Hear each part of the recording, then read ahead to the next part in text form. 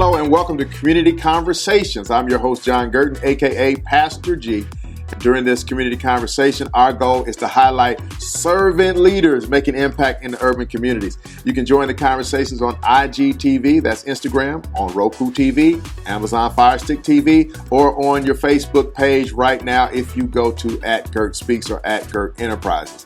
In the studio today, we have my good friend, Sister Rosie Bryant. She is a community grassroots organizer with the organization Faith in Indiana. Sister Rosie, how you doing? I'm doing well. Thanks for having me. It's good to have you. I tell you, I have so many friends that are coming in here. This is amazing to spend so much time with our friends, and that's what makes it hard to have a 10-minute interview. I know. Because we got so much to talk about. We do all the time. We got so much to talk about. All right. But let's get started. Let's talk a little bit about Faith in Indiana and the particular initiative that you work with. What is the organization, and then talk about the initiative? Yeah, absolutely. So Faith in Indiana is a nonprofit grassroots organization that focuses on social and economic justice in the city. Our previous name was called IndyCAN. We went statewide last year, so we had to change our name to reflect that we're statewide. So we're now in about 5 different counties across the state. And I am now the Live Free organizer, which is a campaign of Faith in Indiana that focuses on mass incarceration, police accountability, and gun violence. This year, I've been mainly focused on gun violence as one of our top priorities because we've been having so many unneeded deaths in our city from that could have been prevented. And so we've been working with the mayor's office for the last actually 3 to 4 years on gun violence in the city, on implementing one of the top national strategies that actually works, and it's called GVI, Gun Violence Intervention. Some may know it as ceasefire. It's not a new strategy. It was done, from what I was told, back in Indianapolis in the late 80s or so, and it actually worked then, but when administration changed, it went away. And so that's one of the things that we're working on. The mayor has done a lot of work around that with us, so they hired a director to run the strategy. They recently hired the 4 peacemakers to help with the strategy as well. And then recently, more important, what we wanted was for them to team up with a national provider that can help them run the strategy more effectively. And the mayor just made that announcement during the State of the City address, and they're going to put $100,000 to sign a contract with a national provider.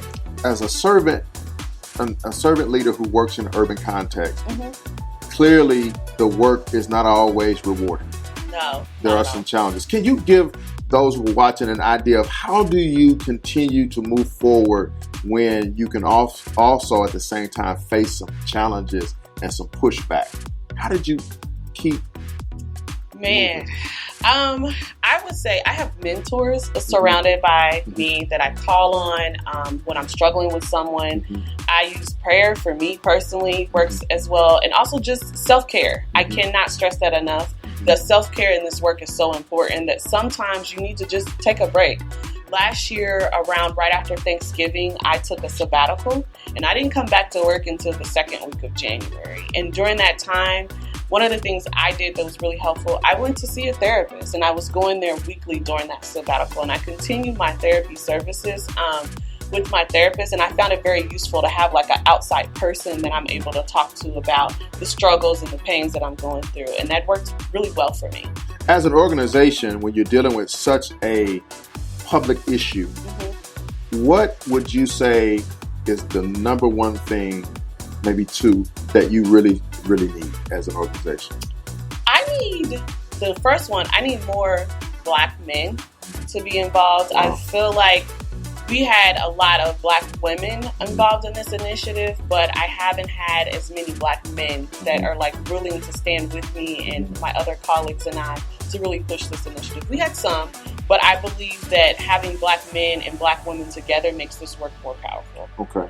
Number 2, of course, always money, right? And so we don't talk about that a lot because talking about money is like taboo, but as an organization, we're a nonprofit and we're small and we rely heavily on grants. But if the people are the ones that support the work, then you get to run the type of work that you do more. Right.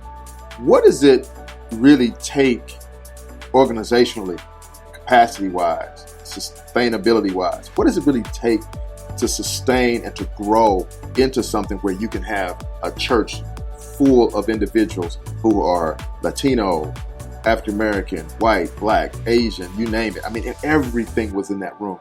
What would you say it took to get there? This is going to sound very simple, but it really just takes, you have to build real relationships with people. And you have to be able to connect with those people along on what our values and our morals are and what we want to see for the community. That's really what it boils down to. That's how we're able to fill a room with 1,000 people. It's like, I don't own all of those relationships myself, but I've built a core group of people that they want to see change in their community, and they've built their relationships and they're bringing other people along with them as well. And as part of building relationships, I know you've got some meetings that you're having with Live Free. Mm-hmm. What do you have any of those coming up, or any ways that people can connect with this initiative? This is where we collectively come together and talk about next steps and what we need to do, or things that we need to move along the way. Okay, so just a note, at Christ Missionary Baptist Church, 1001 Eugene Street, here in Indianapolis, on this month on the 3rd, but typically on the 4th Thursday of every month. Yes. Come out, get involved. Don't say that, you got problems. You're not going to help do anything to solve those problems, right? Mm-hmm. All right. Now, real quick, you also have something coming up in September. Yes. Can you talk about that?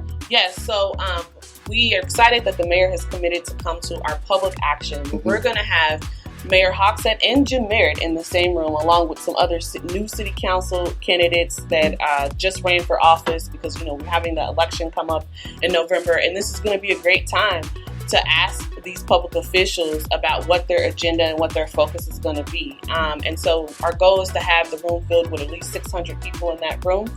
It's going to be Thursday, September the 19th at 7 p.m. And it's going to be at Witherspoon Presbyterian Church on Michigan Road. I believe the address is 5136 Michigan Road. All right.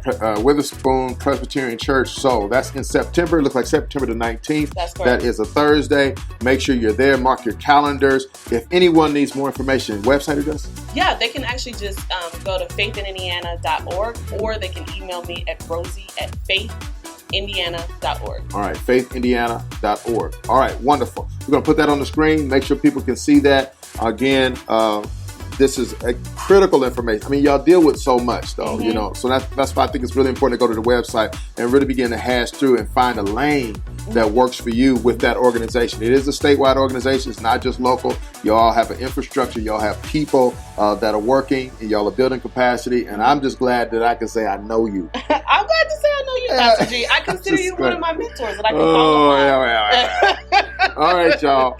Our time is up. Let's cut this short. My time is up. I want to thank y'all for joining Community Conversations. You can watch the full-length conversation on your Roku TV channel by searching GERT TV Network. On your Amazon Fire Stick as well. You can search that and you can watch the full-length version. Follow us on Facebook at GERT Speaks or at GERT Enterprises, or visit our website, gertspeaks.com. Until our next episode, I'm Pastor G. This is Rosie. We got to get a show going. I'm Pastor G. This is Rosie. Keep the conversation going. God bless.